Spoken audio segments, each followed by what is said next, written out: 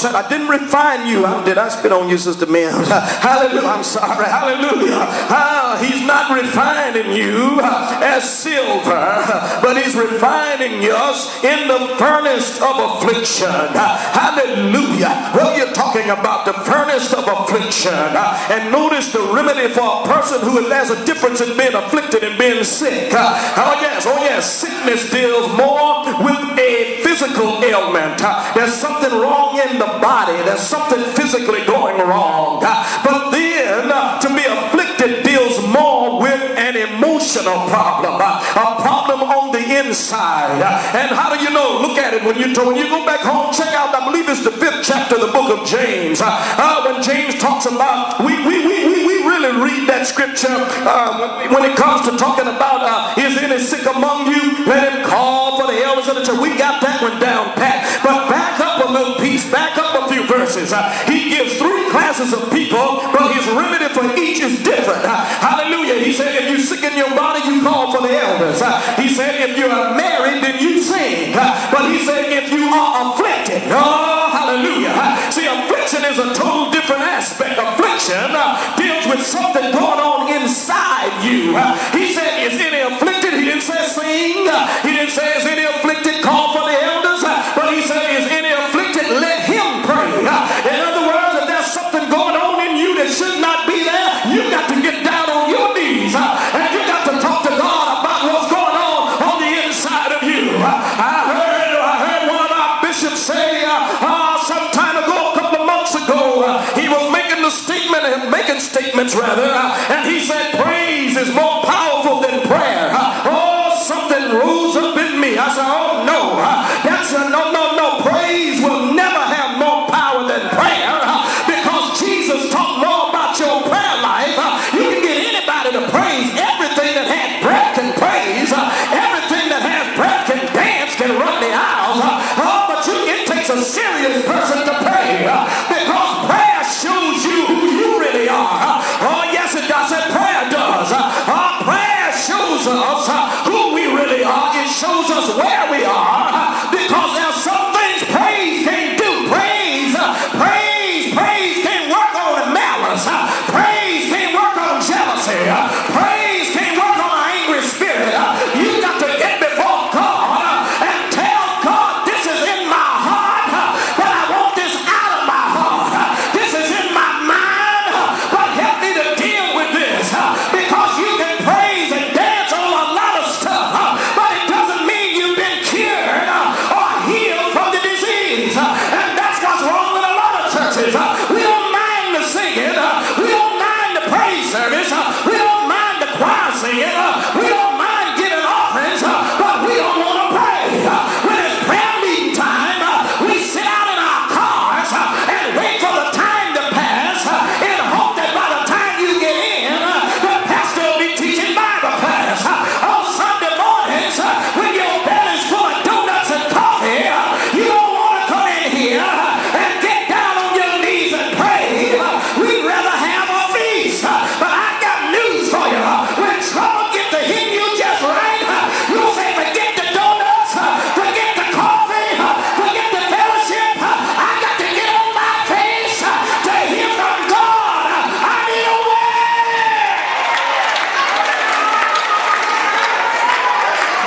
In fact, next year I can't guarantee we're going to have coffee and donuts.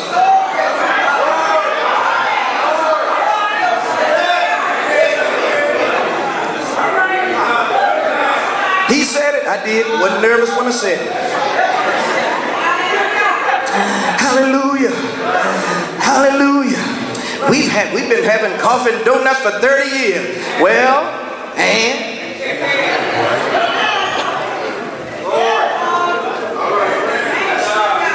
if you just give the $5 like the first pastor asked you to give in Sunday school, we wouldn't need coffee and donuts.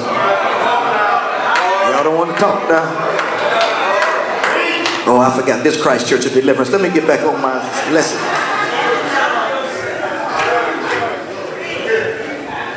Here, the heart. He said, here, when you are refined, I'm almost finished. It is not with the same measure of silver and gold. It is through the furnace of affliction. Now what happens? I told us one thing you have to guard yourself against. You have to guard yourself against becoming desensitized to the voice of God. You have to guard yourself that you don't become desensitized to the Word of God. What does it mean to desensitize? To desensitize means to free someone from a phobia or neurosis by gradually exposing the person to the thing that is feared. Listen to that definition. To desensitize is to free someone from a phobia or neurosis by gradually exposing the person to the thing that is feared. Notice the key words here is to free the person. And not only is free a key word, but a phobia is a key word. And then lastly, gradually. Now here, when you talk about desensitization, they have therapy that a person can take, that if you're afraid of spiders or afraid of snakes or afraid of heights or whatever, they slowly expose you to what you're afraid of to bring you to the place where you're no longer afraid of that anymore. They gradually ease you into a room with certain stimuli that causes you to become easy, or should I say it becomes easier to handle the stimuli because it's not being given to you at once. They're just slowly getting you to the place you can handle it. All right, now here, when you talk about desensitizing, I'm a firm believer. We do not, and I've said it before and I will say it again, we do not backslide overnight. You don't just wake up one day and don't want to be saved anymore. You don't just get out of the bed that morning and say, you know what? I forget prayer. I'm not praying. No. You don't just wake up and shut down like that all of a sudden. It comes through a little slack here, a little missing there, a little not being attentive here, a little not really paying attention to God's voice there. And then eventually what you used to be afraid of, now you have no fear of at all. You see, years ago we used to be afraid to come into the church of the living God, knowing we had cigarettes and things in our pockets. We wouldn't come into the church like that. At least where I came from, we wouldn't come into the church like that. In fact, they wouldn't even light up a cigarette on the parking lot of the church. They had enough respect. They would not even come near the church with that kind of paraphernalia. They wouldn't dare. Oh, no. They wouldn't dare shout and then sing in the choir. Oh, no. Not where I come from. They had some respect. They wouldn't do that. They said, you know what? I need to sit down. I ain't been living right. I ain't been acting right. I haven't really been talking right. I think I just better sit down until I get myself together. Am I talking to the right church? Oh yeah. They had respect, reverential respect. But I don't blame people outside for coming into the church like that. I blame us as in here for not allowing God's Spirit to be high enough in the church where it causes that individual to come under conviction when they come into the house of the Lord. I think that's our problem. problem. Oh yeah, I know it's our problem, because once upon a time when we would sing, when we would praise God, when the preacher would preach, we would be attentive, clued in. We were listening for God to speak to us. We weren't really worried about what's going on back there, what's going on here, what's going on in the balcony, what's going on. This one ain't right, that ain't right. Everybody had that single focus that said, I'm coming to get my portion and I'm out the door. And the reason was because I don't want God to see me in the state I'm in, and God cut me off. Where is the fear of God? Where is the respect for God? That's where it stems from. When you become desensitized, it doesn't bother you to live in sin. It doesn't bother you to practice sin. It doesn't bother you that you're out of right standing with God. And it's because you've become desensitized to the things of God. And the key factor is your heart has to be right. It's your heart that has to be touched. Because when your heart is not touched, when that heart of ours, the emotions, the will is not towards God, it's easy to let God pass you by. It's easy to get into the house, but not allow what you hear to have an effect on your lifestyle. There was a time you could preach the gospel and people would come under conviction because they heard God speak to them. And I'm not talking about just waiting for somebody that had just come to church to be saved, but even the saints of God, we wouldn't sit comfortable in church knowing we told lies, and knowing we were deceitful, and knowing we were doing this, that, and the other. Oh, but the problem is something is wrong with that heart. There's something in there that's blocking you from sensing that this is, we're not dealing with somebody that's off in the distance, but the God that we serve,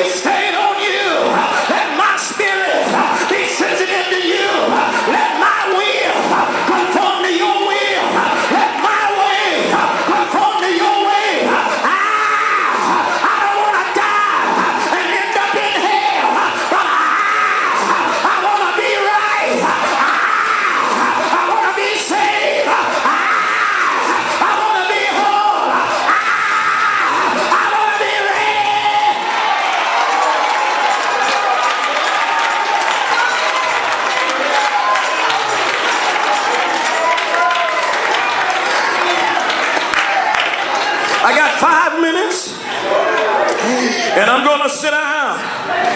I'm going to stop for the day. But remember the disease. Hardening of the arteries, hardness of heart. Here I told you last Sunday, or Tuesday, or Wednesday rather, that I would pick up where I left off. Well, here it is. There are two things that doctors would tell you that are important. Hallelujah. If you're going to get those arteries working right, if you're going to get that blood flow going right, there are two things that they tell you are very important. Number one, they talk about diet, and then number two is exercise. Well, when you talk about proper spiritual diet, Psalm 34 verse 8, he records these words. He said, "Oh, taste and see that the Lord is good." Then he says, "Blessed is the man that trusteth in him." Then Psalm 119 verse 103 says, "How sweet are thy words unto my taste, yea, sweeter than honey to my mouth." And then Ezekiel chapter 3 verse 1, he says, "Moreover said he unto me, Son of man, eat that thou findest, eat this roll, and go speak unto the house of Israel." Well, how does the Living Bible record it? The Living Bible records it this way. Hallelujah. He said unto me, "Son of dust, eat what I am giving you. Eat this scroll, then go and give its message to the people of Israel." So I took the scroll, I ate it all, he said, and then I ate it, and it tasted sweet as honey. Now let me just clarify the point I'm raising about diet, because I don't want you to leave here thinking that God's word is sweet in terms of everything he offers. It's just going to be sweet to your taste, because everything good for you is not sweet to you. But what the prophet and the others are really denoting, they're not saying that, hallelujah, I liked it, but they're really looking at the results of it. Hallelujah. Because we didn't like castor oil. Oh yeah, I know growing up, when it would get ready to turn cold in the fall of the year, those that had fireplaces, they would take that big bottle and sit it next to that fireplace. Hallelujah. Because it had gotten thick and wouldn't run no more. So they'd sit that bottle by the fireplace. Hallelujah. Now all the time that bottle is sitting there by the fireplace, you looking at the bottle and thinking to yourself, what's in that